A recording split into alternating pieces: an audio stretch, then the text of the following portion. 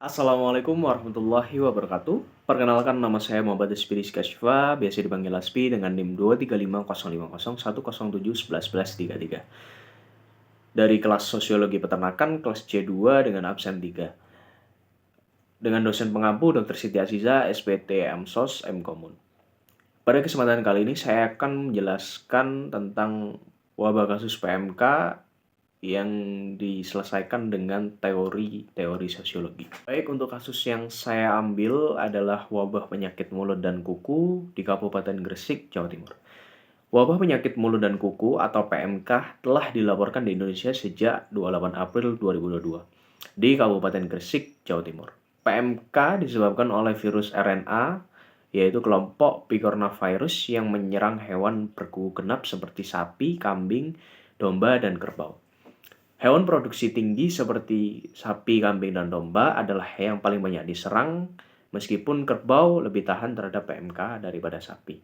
Wabah PMK sendiri telah berdampak pada peternak dengan beberapa laporan yang menyebutkan bahwa satu, di Malang terdapat 3.000 ekor sapi telah terinfeksi PMK dan RPH di Jawa Timur dipenuhi oleh sapi-sapi pasien yang siap dipotong. Kemudian harga sapi perah yang biasanya 20 juta telah anjlok menjadi 2 juta sampai 3 juta karena sakit.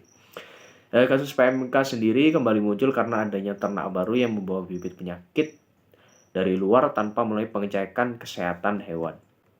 Kemudian ada solusi dengan pendekatan teori sosiologi. Yang pertama adalah penguatan modal sosial. Yang pertama adalah meningkatkan partisipasi masyarakat dengan melibatkan peternak dalam pengambilan keputusan tentang kebijakan penanganan wabah dengan berpartisipasi dalam kelompok tani atau forum diskusi. Kemudian yang kedua adalah membentuk jaringan kooperatif dengan mendorong pembentukan koperasi peternak untuk saling membantu dalam mengatasi wabah, berbagi informasi, dan mencari solusi bersama.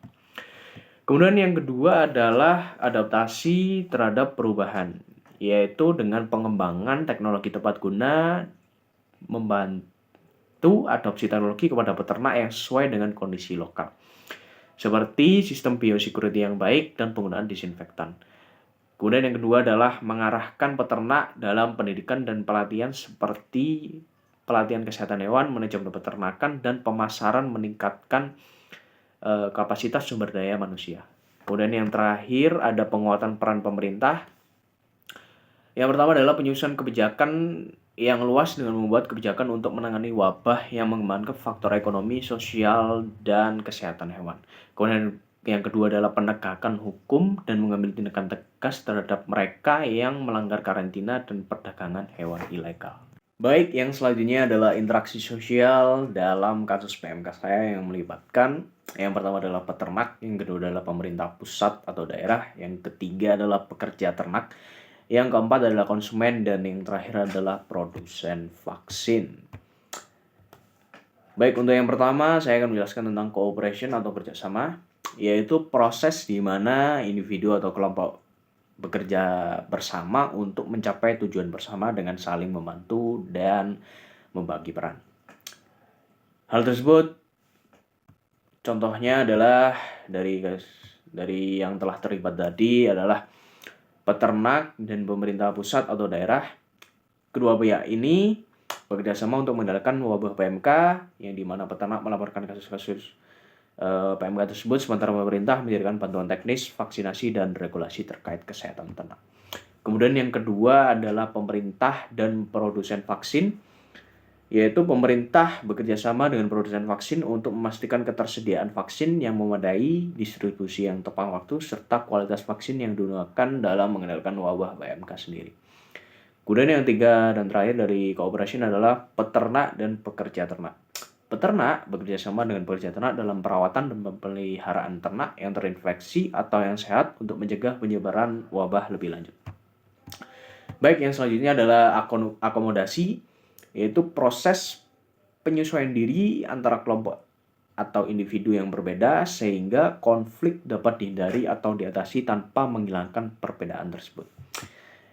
Untuk hal tersebut, contohnya adalah peternak dan konsumen.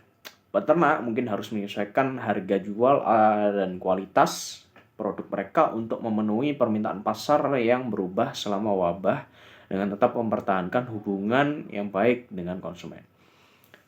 Kemudian yang selanjutnya adalah assimilation atau asimilasi, yaitu proses sosial di mana kelompok minoritas atau individu mengadopsi budaya, nilai, dan norma dari kelompok mayoritas atau dominan sehingga identitas asalnya perlahan-lahan melebur.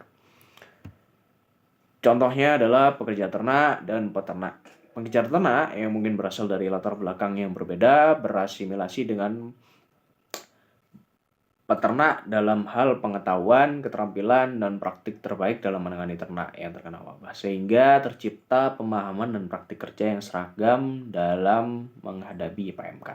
Kemudian yang kedua adalah produsen vaksin dan pemerintah. Produsen vaksin mungkin mengasimilasi pengetahuan dan regulasi lokal yang diberikan oleh pemerintah untuk memastikan produk mereka sesuai dengan standar yang dibutuhkan dalam menanggulangi wabah PMK.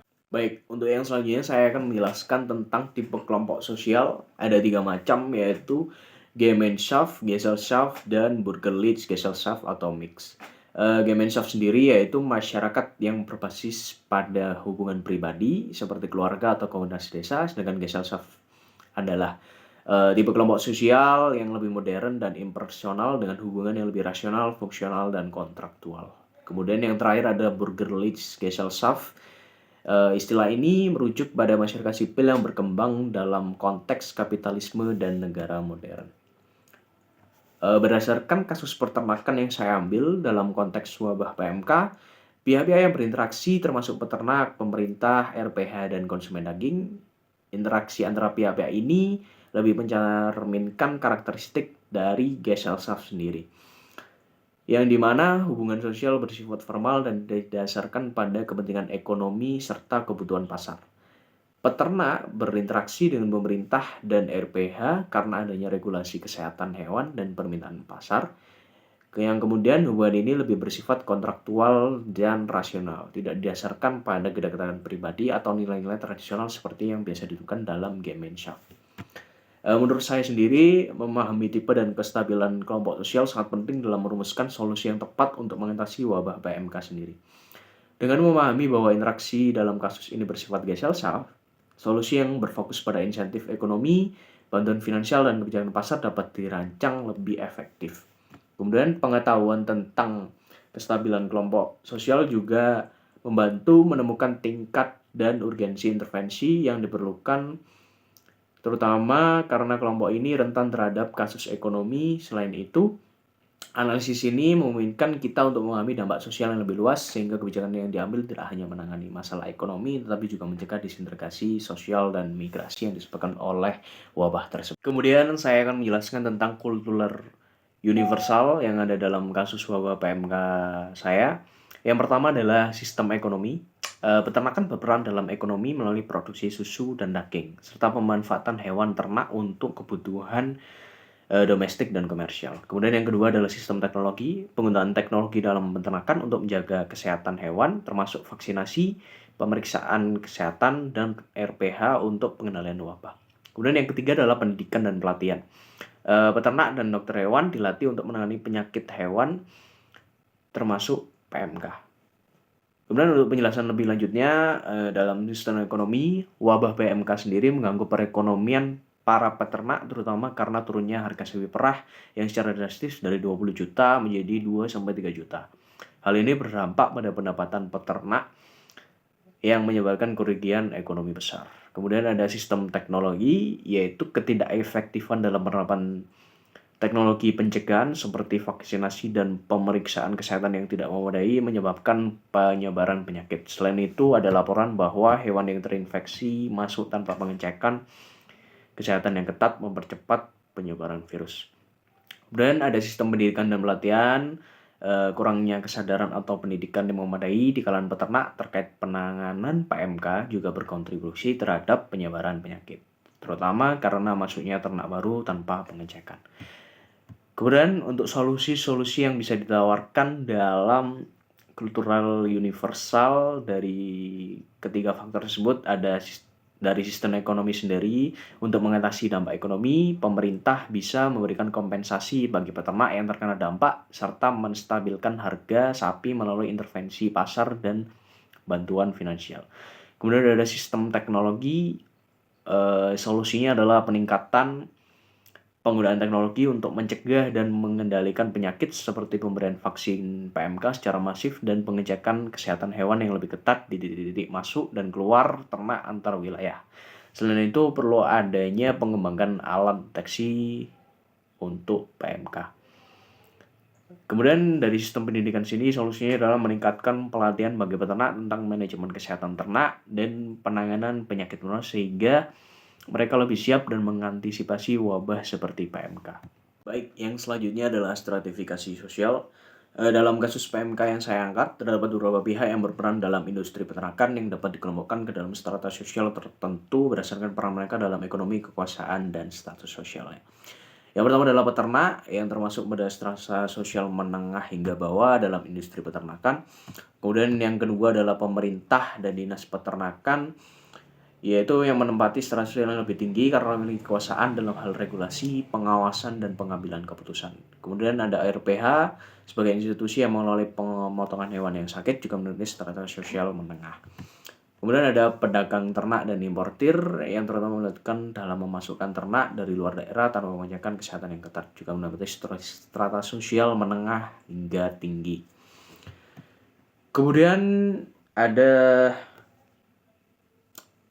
bab social mobility yang terjadi dalam kasus yang saya angkat. Social mobility sendiri atau mobilitas sosial adalah perubahan posisi individu atau kelompok dalam struktur sosial. Dalam kasus wabah PMK yang saya angkat, terdapat beberapa bentuk mobilitas sosial yang terjadi. Yang pertama adalah penurunan mobilitas sosial peternak. Yang dimana peternak yang terkena dampak PMK mengalami penurunan mobilitas sosial secara ekonomi. Yang kedua adalah mobilitas sosial dari pemerintah dan dinas peternakan, yaitu dinas peternakan dan pemerintah daerah mungkin mengalami peningkatan mobilitas sosial jika mereka berhasil mengatasi wabah dengan baik. Sebaliknya, jika penanganan wabah dianggap tidak memadai, status sosial mereka dapat menurun di mata masyarakat karena dianggap gagal melindungi peternak dan mengelola wabah. Banyak peternak yang sebelumnya berada pada strata sosial menengah kini jatuh ke strata ekonomi yang rendah akibat kerugian finansial. Kemudian ada pedagang ternak. Pedagang ternak sendiri yang bertanggung jawab atas masuknya ternak tanpa pengecekan kesehatan bisa mengalami penurunan status sosial karena perannya dalam menyebarkan wabah.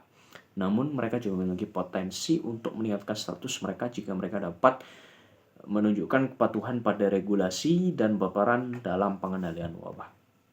Kemudian ada status dan peran masing-masing pihak dalam kasus PMK sendiri. Yang pertama adalah peternak yang berperan sebagai produsen ternak. Kemudian ada pemerintah dan dinas peternakan yang berperan sebagai regulator dan pengawas. Kemudian ada RPH yang berperan sebagai pengelola proses pemotongan ternak.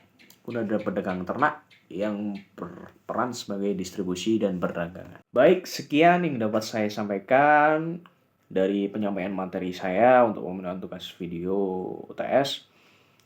Kurang lebihnya mohon maaf. Terima kasih. Wassalamualaikum warahmatullahi wabarakatuh.